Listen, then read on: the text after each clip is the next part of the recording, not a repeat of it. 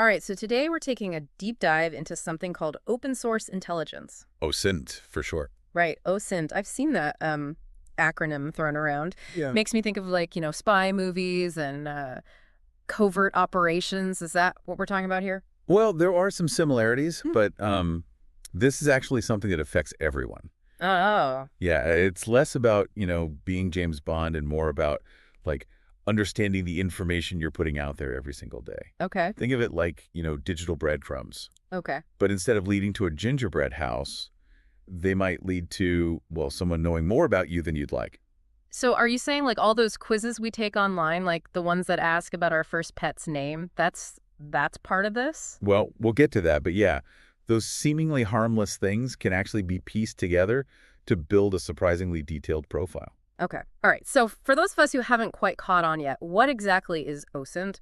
Like Sure. the document mentions it's open, meaning like public info, but break it down for us. Right, so it's intelligence gathering, yeah, but the source is all public. It's about connecting those publicly available dots. So instead of breaking into secret government databases, Exactly. it's more like scrolling through Instagram. Think social media, news articles, company websites, stuff, we don't even think about as being like data sources, really. So like what someone's posting for lunch.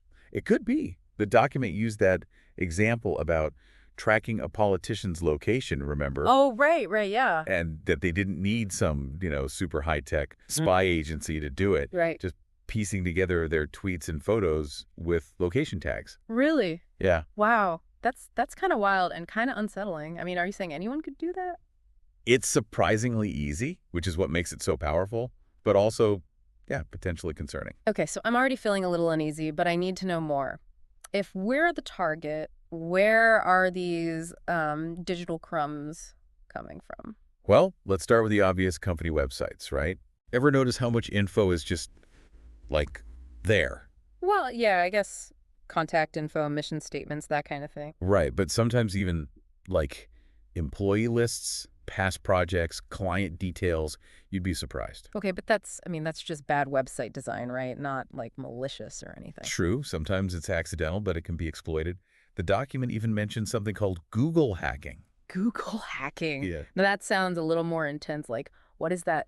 Some secret Google code word I don't know about? It's a technique some people use to find files companies, well, accidentally made public.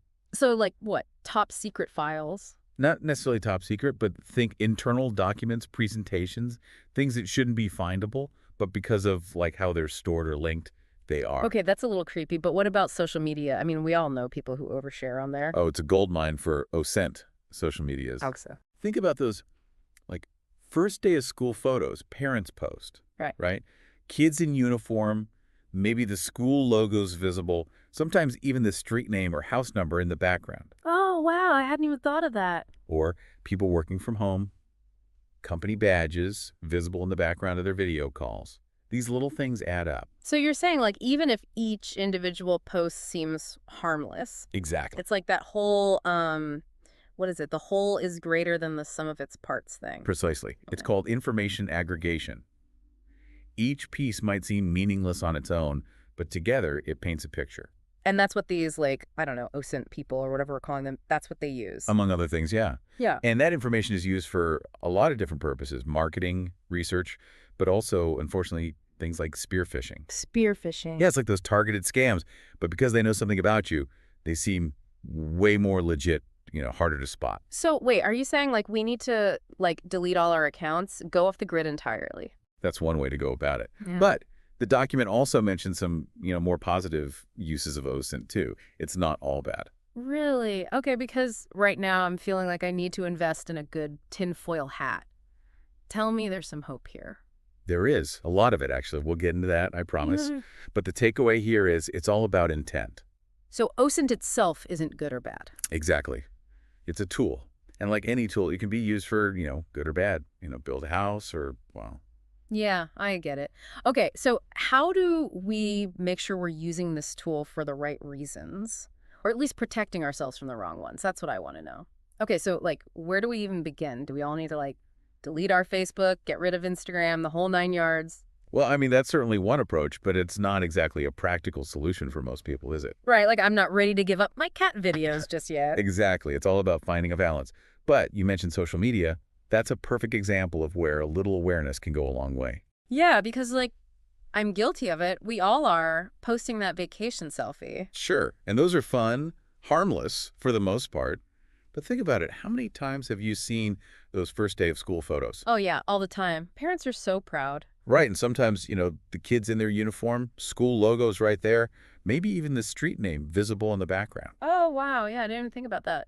So it's like not just what you're posting, but all those little details around there. Exactly. It all adds up. So even if like one picture or one post seems harmless on its own, Right. It's the bigger a picture. whole information aggregation thing you're talking about? Exactly. Each little piece might not seem like much, but put them all together and suddenly you have a very detailed picture of someone's life. Their habits, their routines, their favorite restaurants. Even things like, when they're likely to be home or not based on their travel check-ins.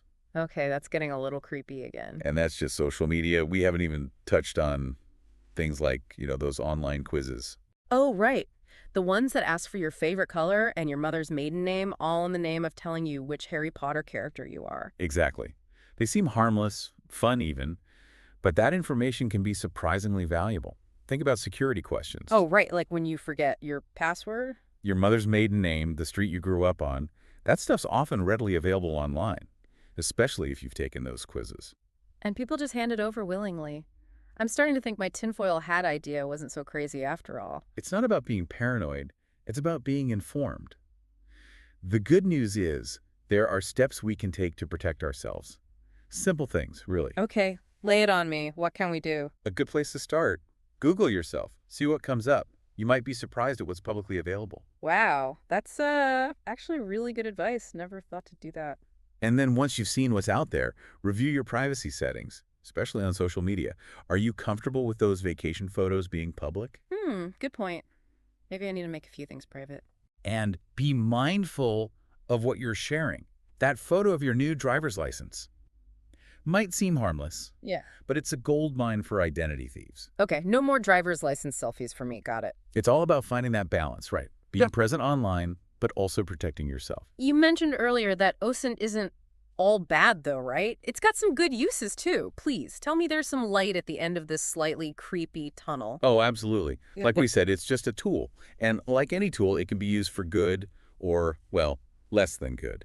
The key is how it's used and by whom. Okay, so how about some examples? Show me the good side of OSINT. Let's take journalism, for example. Reporters use OSINT all the time. It's like having a superpower for cutting through the noise and getting to the truth. Oh, interesting. How does OSINT help journalists get the real story? Well, they can use it to verify sources, for example, Okay. to track down, people for interviews, or to even uncover breaking news just from publicly available info. So it's like research, but on a whole other level? Exactly. And that's especially crucial these days with all the, misinformation and fake news floating around. Right, right. Because anyone can just post anything online. Exactly. And it can be hard to tell what's real and what's not.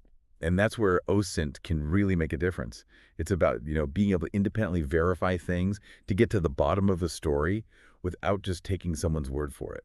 Okay, that's pretty impressive. So it's like truth-seeking with a high-tech twist. But are there other ways OSINT is being used for good? Oh, yeah, tons.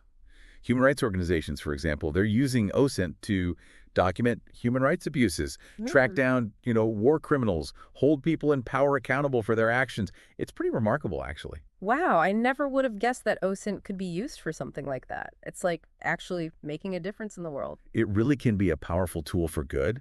Even something like, tracking disease outbreaks. Really? Oh, yeah. Think about it. Analyzing social media posts to, identify potential outbreaks before they become huge epidemics. Yeah. Wow, so you're saying OSINT could help prevent pandemics? It's a possibility. By, recognizing patterns and trends in, say, what people are posting about their health, researchers can get a jump start on containing an outbreak. Pretty powerful stuff. It really is. So we've covered a lot of ground here, from the scary side of OSINT to the really inspiring stuff. But if there's one thing you want our listener to take away from this deep dive, what would it be? Awareness, for Hmm. sure. Where it is. Just being aware of the information you're putting out there and how it, could potentially be used. Hmm. That's a huge first step. Remember we talked about Googling yourself. Right, right. Make that a regular thing and take a look at your, those privacy settings, especially on social media. Think about what you're comfortable sharing and who you're sharing it with. Okay, those are some really great takeaways. This has been an incredible deep dive. I started this episode a little, I'll admit, more than a little freaked out, but I'm walking away feeling, well, empowered. It's like you said, knowledge is power. Absolutely. And now that you understand a bit more about how OSINT works, you can navigate the digital world, with a bit more confidence and definitely a lot more awareness. Just remember, every click, every post, everything you do online, it leaves a trace. So make sure you're comfortable with the story that your digital footprint tells. Well said. That's a wrap on open source intelligence, everybody. A huge thank you to our expert for, well, opening our eyes to the world of OSINT. And to all our listeners, until next time, stay safe, stay informed, and happy surfing.